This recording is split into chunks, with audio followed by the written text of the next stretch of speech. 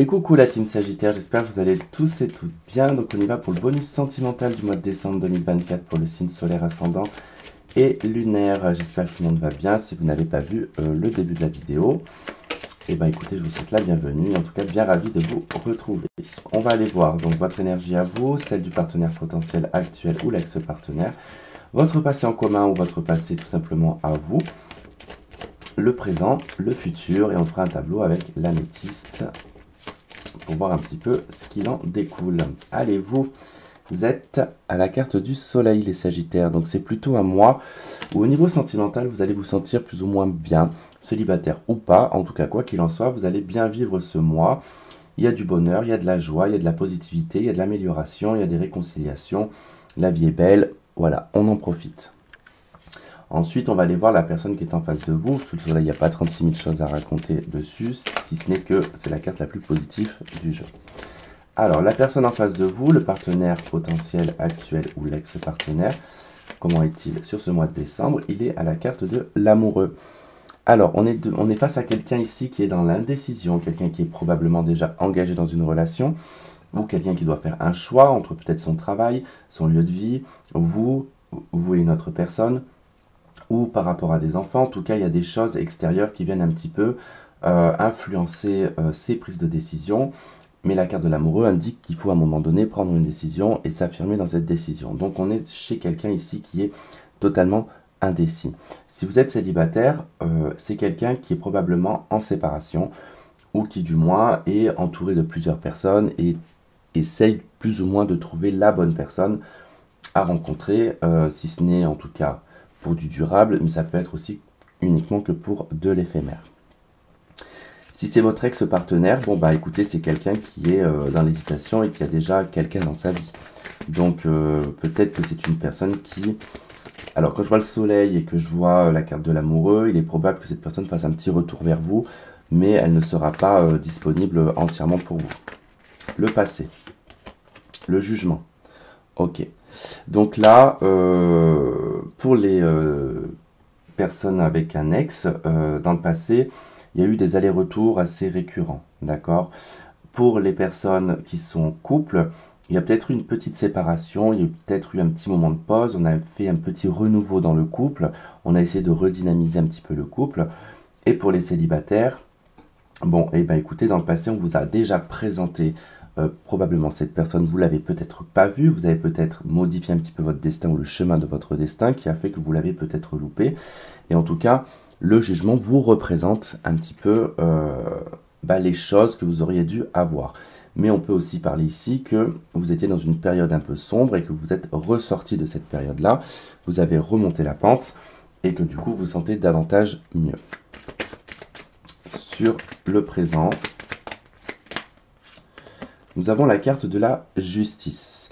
Alors, actuellement, on voit que soit effectivement vous êtes en couple et il y a adultère en face parce qu'on a quelqu'un qui est dans un trio et que vous, bon ben, on va pas dire que vous acceptez, mais vous le savez et vous faites des démarches dans le sens où vous allez ici probablement demander le divorce ou c'est déjà en tout cas en cours puisqu'on a le jugement et on a la justice juste à côté. Donc, il est peut-être question ici d'une réponse positive au niveau de, par exemple, des partages de biens ou ce genre de choses, au niveau du divorce. Pour les personnes qui attendent l'ex-partenaire, bon, effectivement, on voit que sur le présent, vous allez devoir décider, ou cette personne va décider, mais ça va être ferme et définitif. Je ne serai pas la tierce personne et je ne serai pas la cinquième roue du carrosse. Point. Ça va être assez ferme quand même avec la justice. Dans l'avenir, qu'est-ce qu'on a? Nous avons le mat. Bon, et ben écoutez, c'est très simple. On va pas passer midi à 14 h là-dessus. Alors, pour les personnes en couple, hein, on voit que on a ici une situation, une énergie positive sur le mois de décembre. La personne en face est dans l'indécision, ne sait pas se décider, joue un petit peu sur les tableaux. Vous avez dans le passé ici décidé peut-être de redynamiser le couple, d'essayer de redonner une seconde chance, mais qui actuellement, sur le présent, vous décidez ici peut-être d'y mettre un terme puisqu'on a le mat et que dans l'avenir, on voit un nouveau départ seul. célibataire, d'accord, puisque le mat représente le célibataire. Donc, on prend son petit baluchon, on se casse et on laisse tout ça derrière soi. Mais c'est pas quelque chose qui est mal vécu, d'accord. Là, je parle pour les gens qui sont dans une optique positive de changer leur vie, d'accord. Les personnes qui attendent l'ex-partenaire, bon, bah, c'est très simple, c'est pareil. Vous allez voir que, bon, bah, ça tourne en rond, que c'est jamais fixe, que c'est jamais stable, que c'est jamais affirmé. Donc, on décide ici, ok, bon, bah, moi, je prends la décision à ta place d'y mettre un terme et je vais vivre mon célibat, je vais vivre ma vie pour moi et uniquement pour moi. Et je verrai bien ce qu'il en découlera. Pour les célibataires, bon, ben, pareil, hein, là vous êtes face à une personne qui est dans l'indécision, une personne qui ne sait pas trop quoi faire, s'il doit se séparer, pas se séparer. Bon, bah vous pareil, hein, vous allez, hop, vous allez filer, en tout cas, faire votre vie, avancer et ne pas vous préoccuper des indécisions des uns et des autres. Alors, qu'est-ce qu'on a avec l'améthyste ?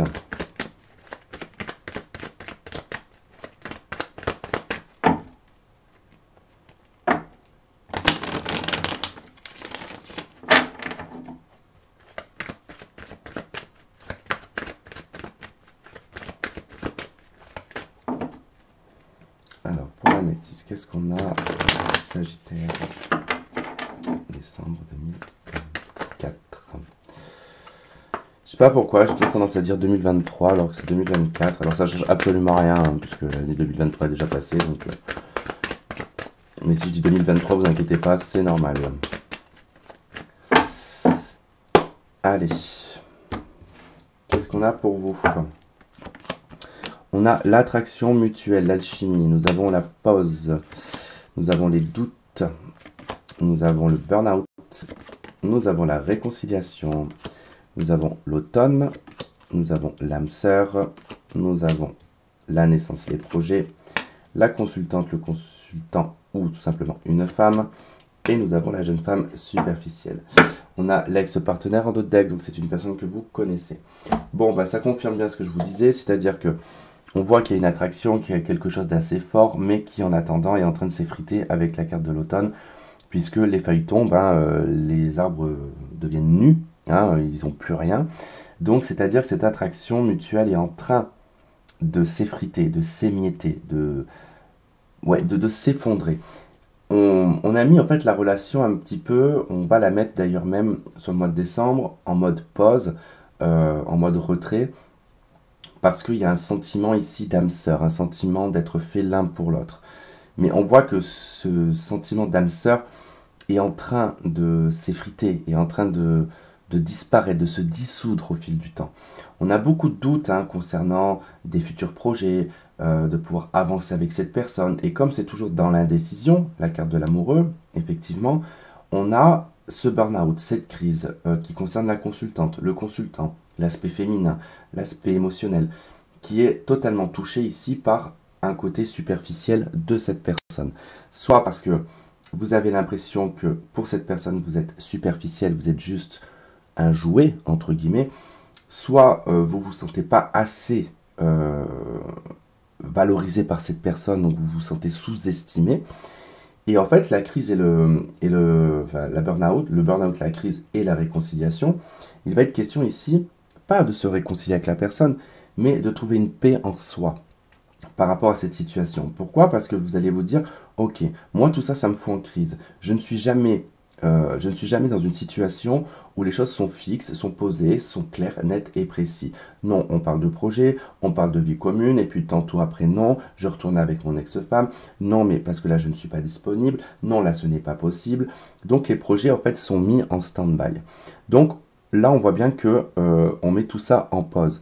On n'est même pas sûr qu'au niveau de l'attraction, on soit réellement dans une relation d'âme sœur, puisqu'on se demande si c'est de l'attraction physique ou si c'est une attraction d'âme à âme. D'accord ? C'est pour ça que je vous dis que je pense que là, vous allez mettre un terme à cette situation-là, puisqu'elle elle est beaucoup trop drainante énergétiquement et elle ne vous apporte pas finalement comment dire, un avancement dans votre avenir. Elle bloque votre avenir. D'accord ? Mais moi, je me fais pas de soucis pour vous les Sagittaires, vous êtes assez déterminés. Donc, Logiquement, quand ça va plus, vous passez à autre chose. Ok, on a le 3 de Michel, c'est le 3 d'épée. Hein. Rompre avec le passé. Vous sortirez grandi de la situation que vous vivez aujourd'hui. Le temps finit toujours par guérir les blessures les plus profondes. Vous voyez, on vous dit hein, de rompre avec le passé, de laisser derrière vous. On retrouve quand même un 10 d'épée en d'autres decks, le 10 de Michel. Hein, c'est fini, on vous dit, c'est fini, vous êtes enfin libre, le bonheur vous attend, laissez le passé derrière vous.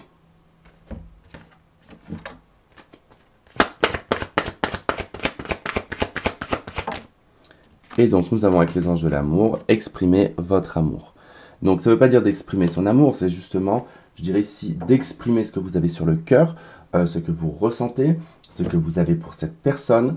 N'ayez pas honte de vous prendre un râteau, de vous prendre de vous prendre un tacle. Au moins vous avez dit les choses, vous avez dit ce que vous avez sur le cœur, point.